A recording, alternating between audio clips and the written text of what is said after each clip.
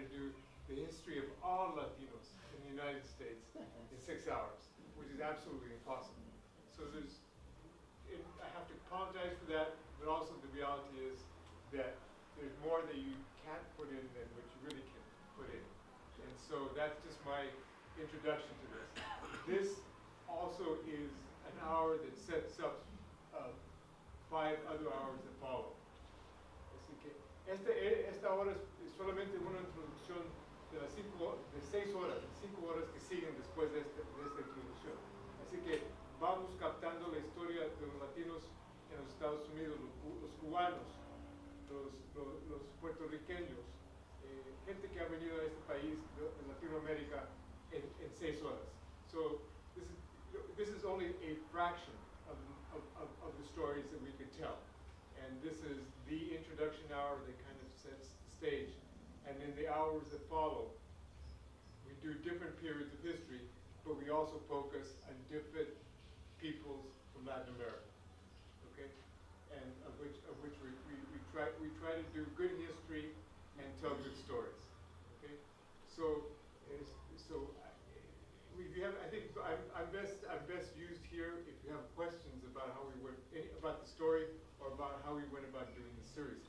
I would encourage you to watch the other hours, and you can go to the PBS Latino Americans website. It's used in the schools a lot, and you can go through the different segments and focus on each one of them. The hour that I produced was hour 6, which is dealing with contemporary issues of Latinos in the U.S. Así que es una serie de 6 horas, de 6 etapas y de varios grupos de latinos que llegaron a este país. Así que yo fui productor de la hora número 6, que se trata de la época de los 80s hasta el momento, en este momento histórico, y también viendo al futuro.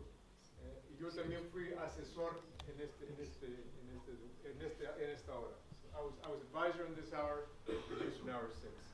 So, preguntas, any questions you guys have about filmmaking? I'm not a historian. Yes. I have a comment first. I think it's a little inaccurate. The first settlement in this country was in San Agustin, Florida, 1565. Okay, then the second one was in New Mexico, Santa Fe, actually. Okay. Now my question is, what was the situation of the slavery in Texas before and after the independence? Can you go over? But Texas was a slave state. I mean, Before? During Mexican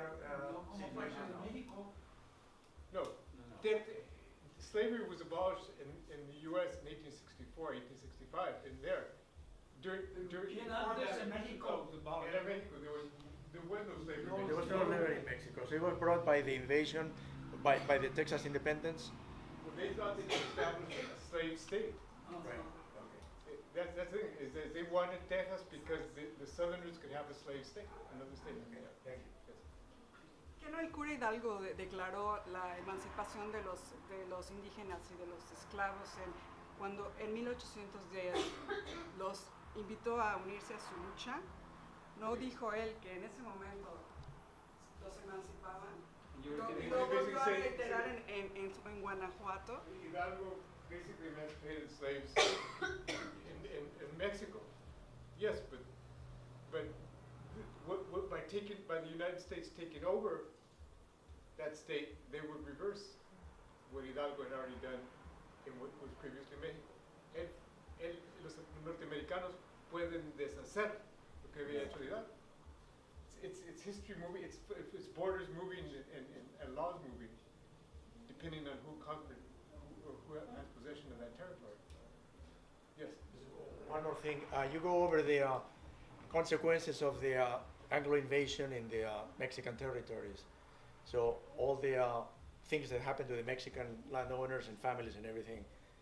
I don't think you go over the native population, though. Absolutely, yeah. Okay, so it was even worse, right? Yeah, absolutely. Natives were wiped out. Look, what happened to the Hispanos had already done to the natives. So, pero eso es otro cuento. I mean, that's another series of, that's another history that is not included in this. There's great selection in terms of what's put in and what's left out. But the series producer and the powers that be decided not to put that in. But historically, you're absolutely correct. Lo que les pasó a los hispanos en esta región, los españoles mexicanos ya lo habían hecho a los indígenas.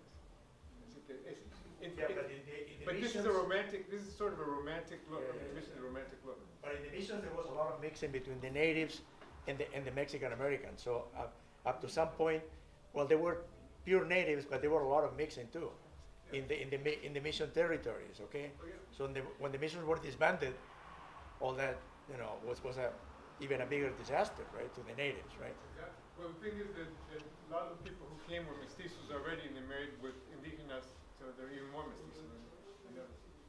Right. Will the rest of the series be shown here? I don't believe. I don't know. Are you going to show the other side? Yes, Cameron? we're going to have, in the spring, we're going to show all of them in the Peralta house, yeah.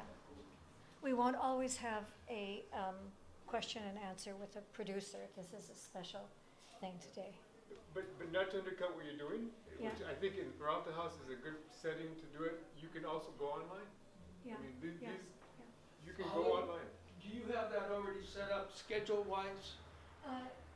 We don't have which films on which day. I'm sorry? No, but it's on our little schedule, the general block of time, Got it. and we'll send you emails about that.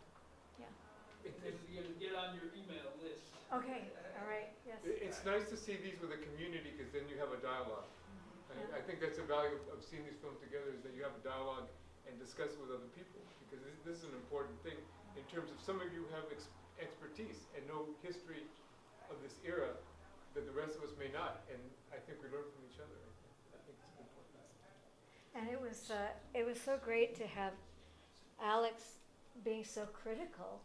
Yeah. And that gave me a new insight into this film, because he was really very critical commentary. Oh, it was wonderful. Yeah, The yeah. thing about Alex Zaragoza, he's very, very, very one of the top of the line historians, and I think his role is to raise questions as to why choices were made the way that they're made. We had a number of advisors, wonderful advisors on this film, on this series, that raised the questions, but they didn't all get addressed. Who funded the production? Well, there's a whole list here, but basically, Corporation for Public Broadcasting, the Ford Foundation, Summerlee Foundation, which is a Texas foundation, the Independent Television Service, which is a federal agency, and the Corporation for Public Broadcasting, among others. There's a whole list, but out of the foundations, Ford was a big one, but it's mostly federal funding for this. But this series, is, just so you know, this series finally got made. I and another producer tried to propose a very similar series 20 years ago. And then 15 years before that, another producing team tried to do it. And we were all independent producers. But what ended up happening is Liana Bosch, who's the executive producer on this, who's Cuban-American, teamed up with WETA, which is the Washington station, and finally the feds agreed to fund it. But it was a struggle. I mean, they were working on this, developing it for 10 years. And actually, once we started to develop it seriously, there was a tremendous shift because I saw the original treatments, the original stories as they were developed. They were developed by a group of scholars that was at the top of their game 15 years ago, 10 or 15 years ago. And when we decided to make the film, the scholars that we brought on, who are now at the top of the game at 2011, 2012, were completely different. And a lot of them were junior faculty before. Now they were senior faculty and experts, and a lot of them were Latinos. So that's why we have a wonderful group of Latino scholars on this. Stephen Pitti, even though his name is Pitti, is Latino. Maria Cristina Garcia, Vicky Ruiz, a number of them, fortunately, they came of age at a good time for us to use them as resources. And they are not only in the film, but they helped us develop the stories. And there are other scholars who are not in the films who who helped us with it. I mean, scholars are really key to this. And I know Alex is very critical about what got left out, but what got left in was good too. You know, it's important history. We can only do so little in a film. And what's important also is that you go to the original resources, the books, the writings, and do some of that scholarship. Is there an accompanying book or publication that goes Yes. with this series? There's one that it's Ray Suarez. It's under the name of Ray Suarez, but it's called the Latino Americans. It's a book. It's about 200-page book. And there's also Ray Suarez. Ray Suarez. Ray was on PBS. He was at the McNeil News Hour. He was an anchor there. He's no longer there. But it's under his name, but it was a compilation of a lot of work of various scholars. But there's also, go on PBS Latino Americans on the website, and there's lots of materials there for teachers and anybody. Yes. Muchas gracias. Mis hijos ignoran todas las contribuciones de las culturas que hay aquí en este país. A ellos en el currículum de la escuela les enseñan que la historia de este país se escribió a partir del Gold Rush para acá, de las misiones para acá. Entonces, a mí me encantaría que hicieran algo todavía más allá, desde el siglo XVI, desde los primeros rancheros de Arizona, cómo vinieron a esto, cómo se fueron avanzando, no nada más los grupos hispanos o extranjeros, también los afromestizos, los indígenas. The comment here is our children very often don't appreciate what our history is, and that it's actually doesn't start with the gold rush, and that perhaps we could do a series that dealt with the Afro-mestizos and other cultures who came here. And I completely agree. I mean, one of the things that I found disturbing is that we didn't deal with Arizona and Utah and Colorado and all of those regions. We also started with Apolinario Lorenzana, the missions, and I think, you know, maybe we started in 1580 or sooner. It would have been a different series, but then we could only do 6 hours. Perhaps another hour or two would have been wonderful. Alex brought up another real good point. Alex Zaragoza worked closely with me and my team on a series in the Mexican Revolution. And basically, our scholars said, you can't do this in less than 6 or 7 or 8 hours. And you know, we ended up doing 2 hours and spent $1.5 million that we had to raise in 2 hours. And basically PBS, we finally had whittled it down to 3 hours. And PBS says, we will not broadcast more than 2 hours. So if you want to get the film on the air, and this is after working on it for 11 years, they said, cut it down to 2 hours and then we'll broadcast it, otherwise nothing. And That's that reality. is an incredible film too. It's called The Storm That Swept Mexico. And it's a wonderful film. We should show that sometime. I wish you would, yeah. And Yeah. Alex Zaragoza was one of our key scholars, and he's a great storyteller. You should see him on camera. He just has you in the palm of his hand. But we have some wonderful, wonderful storytellers. But it basically is a film where we don't capture all of the Mexican Revolution, obviously, but in 2 hours we try to establish what happened in the period of the Porfiriato to now, but also looking at it from the point of view of U.S.-Mexico relations. Because what happened during the Mexican Revolution was heavily influenced by the relationship between the two countries and continues to be. I mean, we're two countries that are tied together forever.